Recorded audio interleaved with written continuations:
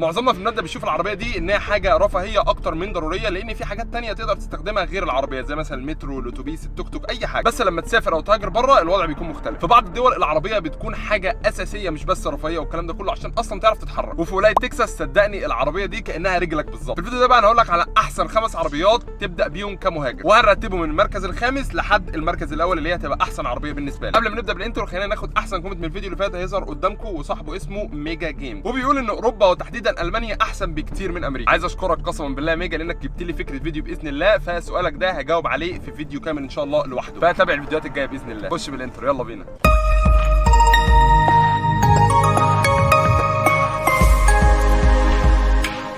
نخش في الموضوع على طول، نخش في الموضوع. في المركز الخامس معانا عربيه كيا اوبتيما. والله العظيم على قد ما الكيا اوبتيما دي مشاكلها كتير جدا جدا جدا، يعني خد عندك انجن او موتور ضعيف جدا جدا ومشاكله كتير وشائعه قوي قوي قوي. السيفتي والامان جوه العربيه مش احسن حاجه، وبالذات الاير باج ما بتجيش فل وما بتتفتحش كامله، وكمان العربيه ضيقه من جوه، وبالذات الكرسي اللي هو بيبقى ورا مفيش مساحه انك تحط رجلك اساسا، فالصالون تحسه ضيق. بس على الجانب الاخر عربيه رخيصه جدا وموفره كمان في البنزين، يعني كبدايه ليك او لاي مهاجر هيبقى خيار مقبول شويه تعرف من خلاله ان انت تشتغل على عربيه اوبر او تشتغل عليه اي حاجه، وبنفس الوقت انك بتوفر في البنزين. يعني سعر عربيه كيا اوبتيما 2014 ماشيه في حدود 100,000 مايل، اللي هو في حدود مثلا 160,000 كيلو، حقها $7,000، اللي هو هنا مبلغ عبيط جدا جدا. يعني لو شفت الفيديوهات اللي انا جربت اشتغل فيها والكلام ده كله هتعرف ان انت تعرف تحوش وتعرف تعمل الفلوس دي سهل جدا جدا جدا. وممكن كمان تلاقي ارخص من كده او اغلى من كده على حسب هي ماشيه قد ايه والموديل بتاعها السنه بتاعتها كام. فكبدايه انا شايفها حل مقبول، ولكن بسبب مشاكلها انا حاططها اخر واحده في الليسته،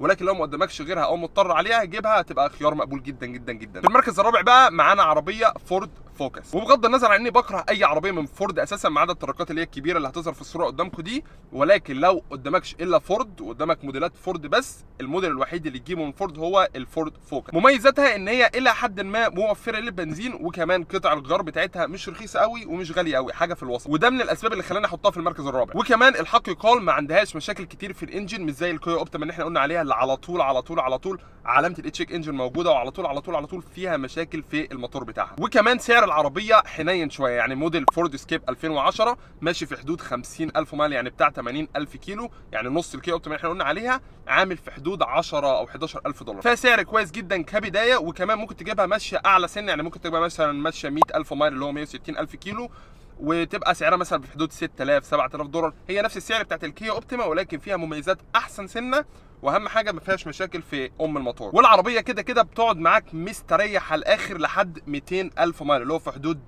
320,000 كيلو. بس اهم حاجه تهتم بالصيانه، تغيير الزيت، الكاوتشات، الفرامل، الحاجات اللي هي كل صيانه العربيه الدوريه. ونصيحه لو هتشتريها فابعد عن الموديل من سنه 2011 ل 2016. عايز جيب قبل او بعد السنين دي، لان المعظم اشتكى من الموديل 2011 ل 2016 من مشاكل في اللي هو الترانسميشن او الفتيس بتاع العربيه، فحاول انك تبعد عن السنين دي. وكمان من مشاكل برضو الفورد سكيب، وهي نفس المشكله اللي في الكيا، ان المكان برضو الكنبه اللي ورا ضيقه جدا جدا جدا، واعتقد دي مشكله شائعه في معظم العربيات، ولكن في عربيات ورا واسعه جدا هنقول عليها. وكمان بيني وبينك فورد اساسا بدات انها توقف فوكس، مش توقفه ولكن تغير في الديزاين بتاعه، تخليه هاتش باك معرفش ايه خلال السنين اللي فاتت دي، اللي هو من 2020 اعتقد او 2021، بسبب ان في قواضي ومشاكل كتير اترفعت على القضيه، وديزاين في معرفش مشاكل في الترانزميشن، ومعرفش مشاكل في ايه في الهود قدام ومعرفش والكلام ده كله.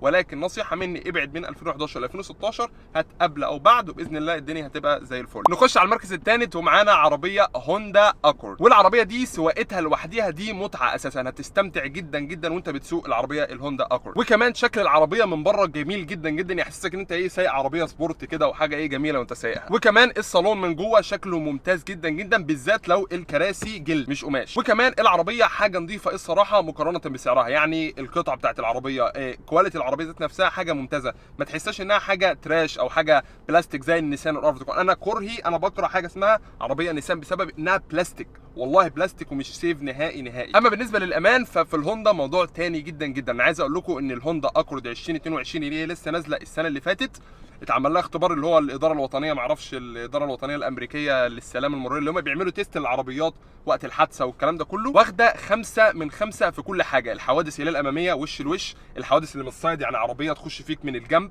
واخده 5 من 5 من حيث الامان. الرول اوفر، العربيه انك تتقلب بيك والسقف والكلام ده كله، واخده برده 5 من 5. فمن ناحيه السيف هي سيف جدا جدا وامان جدا جدا، ولا يعلى عليها في موضوع السيف مقارنه برده بسعرها. طبعا في حاجات مرسيدس بقى والكلام ده كله، الحاجات دي طبعا سيف جدا وامان، ومعرفش زماره قبل ما تخبط الحادثه عشان خاطر ما تسمعش حادثه، شغل كلام تاني. ولكن انا بتكلم مقارنه بالسعر اللي انت هتدفعه في العربيه، فحاجه ممتازه جدا جدا جدا. العيوب بقى، واول حاجه بتشغلنا احنا كعرب البنزين، عايزين نوفر في البنزين، ولكن الهوندا اكورد مش هتبقى خيار مناسب انك توفر في البنزين.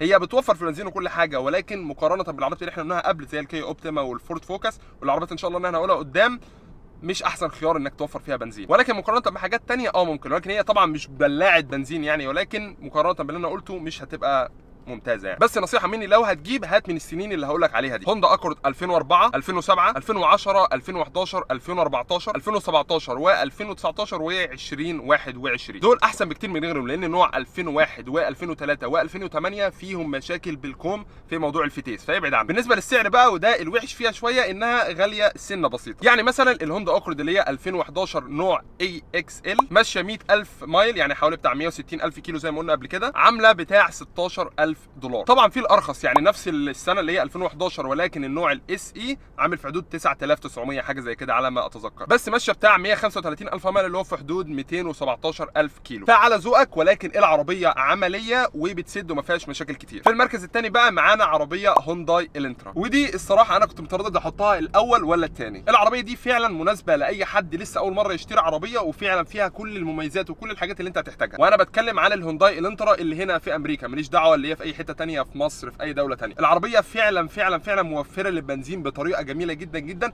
فهتبقى مناسبه ليك انت كمهاجر، انك مش هتدفع فلوس بنزين كتير، هتشتغل عليها اوبر، توصل بيتزا، تعمل اي حاجه، لان دي الشغلانات اللي فعلا بتشتغلها في الاول كتير.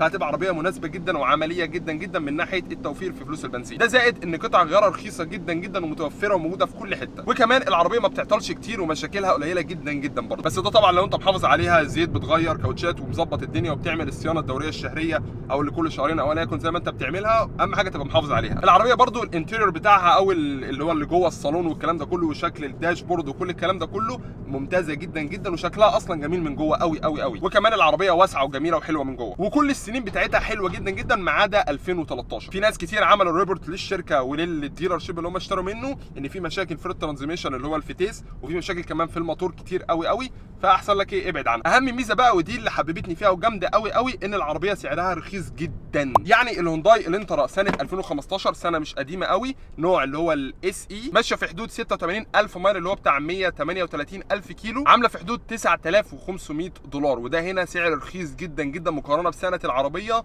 ونوعها وكل حاجه، فسعر ممتاز جدا جدا جدا. في برضه نفس الموديل ولكن ماشي اكتر سنه، يعني بتاع 142,000 مايل اللي هو حوالي 220,000 كيلو حاجه زي كده، عامله في حدود 6,500. العربيه بتكون حالتها كويسه جدا جدا، بتكمل وبتمشي معاك والدنيا بتبقى زي الفل. فالهونداي الانترا خيار جميل جدا جدا جدا جدا جدا من هنا لتاني يوم الصبح. نخش بقى على المركز الاول ومعانا الاسد والبطل تويوتا كورولا. وعايز اقول لكم ان انا كعمر اول عربيه اشتريتها وسوقتها واعتمدت عليها هنا في امريكا كانت تويوتا كورولا، وهي العربيه اللي قدامكم دي. كنت مظبطها بقى رمزه حمراء والشغل عالي يعني.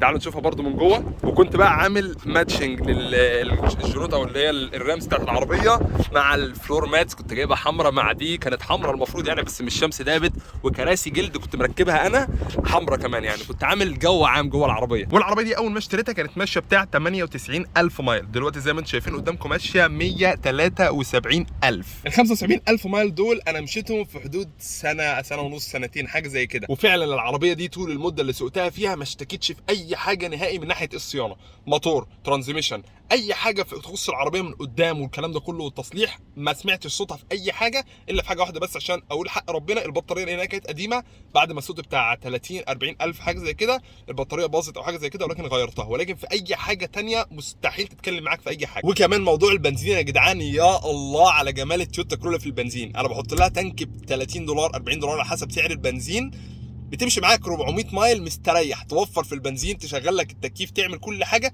وبحس فعلا ان انا بنزل بعد مده طويله. التويوتا كرولا يا جدعان ما بحسش ان انا بنزل نهائي، عكس الفان اللي كانت معايا اللي كنت بظهر فيها فيديوهات، هي في 6 فكانت بتاخد ب $60 بنزين، والبنزين هوا في ثانيه يخلص. ففعلا التويوتا كرولا في البنزين يا جدعان حاجه في منتهى الجمال والروعه بجد. غير بقى شكل العربيه من جوه ممتاز، مش شكلها وحش او قبيح. خلينا اوريك العربيه شكلها حلو، جايه مع شاشه فيها كل حاجه، ليك اكسس لكل حاجه، اللي قدامك بيشرح لك كل حاجه بطريقه سلسه وبسيطه. العربيه واسعه، سيبكم بس من الكتب دي دلوقتي، واسعه من هنا ومن ورا، عندك مساحه انك تحط رجلك هنا، واسعه الكنبه من ورا. حرفيا العربيه نفسها جميله جدا جدا جدا، فيها كل المميزات اللي انا قلتها. العربيات اللي فاتت حطوها على دي، وكمان العيوب مش هتلاقوها فيها عيوب. العربيه دي بالنسبه لي بجد بجد حاجه ممتازه ممتازه ممتازه. والعربيه دي انا عايز اقول لكم ان انا وقت ما اشتريتها كانت ماشيه 98,000 زي ما قلت، اشتريتها ب $9,000 او $9,000 حاجه زي كده بالكتير. $9,000 على عربيه زي دي وعاش، تشوفوا قد ايه اهو على عينك يا تاجر على ارض الواقع. بجد بجد سعر مناسب جدا، تدفع $9,000 والعربيه تقعد معاك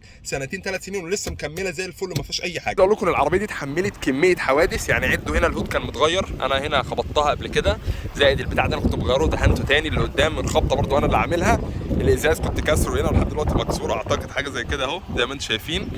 الكاوتشات مغيرها كذا مره. العربيه بس كل اللي عليك تعمل لها الصيانه الدوريه بتاعتها. شايفين المسمار ده انا خلعه هنا برده، لان في عيب واحد عشان ما اكدبش عليكم في التويوتا كرولا، ان القطعه دي الرفرف ده على طول يتصير، فلازم تثبته بحاجه هنا. المكسيكان بيثبتوه بمعرفش دهان والكلام ده كله، ولكن احنا ايه رشقنا مسمار. العربيه كانت كده كده خلاص ايه كنت هجيب عربيه ثانيه وكده. ولكن فعلا العربيه استحملت كميه حوادث وكميه قرف، كنت بسوقها بطريقه وحشه ومتهور بقى وسن 19 وعامل نفسي يعني معاه عربيه والكلام ده كله، كانت استحملتني جدا جدا جدا في الموضوع ده. ودي المساحه اللي بكلمكم عليها، عندك مساحه رجل كويسه جدا جدا جدا، ما تحسش انك مضايق، ما تحسش انك في حاجه، معاك مساحه هنا. سيبكم العربيه متوسخه دلوقتي مش مهتم بيها قوي، ولكن معاك مساحه كويسه في رجلك، في واسعه، العربيه من قدام واسعه شويه، يعني في براح كده. فبجد بجد العربيه دي عملت اللي عليها وزياده، بجد شابوه. تعالوا اوريكم برده عربيه ثانيه، دي التويوتا كرولا ولكن موديل سنه جديده اللي هو 2022 على ما اعتقد، بس برده كرولا. طبعا العربيه دي مش بتاعتي، ولكن هي رينتال كار على حسب العربيه الثانيه بتاعتي بتتصلح وكده، فادوني زي عربيه ايجار كده لحد لما ايه العربيه الثانيه تتصلح. فتعالوا نشوف دي برضه. دي الموديل الجديد منها. طبعا الداشبورد فيها سكرين احسن، شكله احسن شويه. العربيه يعني فيها خلاص بقى انه يوريك الباب وهو مفتوح، ما اعرفش اغيره في شكل الداشبورد شويه، ولكن مفيش اختلاف كبير يعني عشان ما اكذبش عليكم، مفيش اي اضافات زياده اقدر اقول عليها واو مثلا. هي بس عيبها انها دقت سنه، يعني التويوتا اللي احنا كنا بنقول عليها حلوه وجميله هناك اهي، دي دقت سنه بسيطه من ورا، ولكن لسه برضو عندك البراح. او يمكن انا اتعودت على السينات اللي هي الفان الميني فان الكبيره اللي ظهرت في الفيديو بتاع الفلوج قبل كده، فحاسسها ان انا ضيقه، ولكن عربيه حاسسها حلوه ممتازه، فيها كماليات حلوه. وبجد بجد انصح اي حد لسه واصل امريكا جديد او واصل اي دوله او ايا يكن يشتري التويوتات كرولا. بجد عربيه عمليه، مش هتسمع صوتها هتقول لك حاضر من عيني، عايز تاخدني المريخ خدني ولا يهمك. ففعلا فعلا التويوتا كرولا تستحق المركز الاول وبجداره. بس لو عجبك الفيديو ما تنساش تقول لي في الكومنت، واعمل لايك، ولو مش عامل سبسكرايب للقناه تاكد انك عامل سبسكرايب. لو انت على الفيسبوك خش على الصفحه اتفرج على المحتوى واعمل فولو ولايك للفيديو اللي انت بتتفرج عليه دلوقتي. ولو عندكم افكار كده اكتبوها لي في الكومنت، عشان انا فعلا فعلا بدور على افكار كتير. فلو عندك حابب تشوف اي فكره والكلام ده كله، انا فعلا بقرا الكومنت، حتى لو ما عملتش عليه قلب، حتى لو ما عملتش عليه لايك، بضيفه في الليسته، وباذن الله نقدر ان احنا نعمل كميه فيديوهات حلوه من الفيديوهات اللي انتوا بتكتبوها في الكومنت. وباذن الله اشوفكم في الفيديو الجاي. يلا السلام عليكم. علي المايك واعمل لايك. اعمل لايك. رحت عند الشاذلي لبسني اديداس والنايك. الاوفر سايز.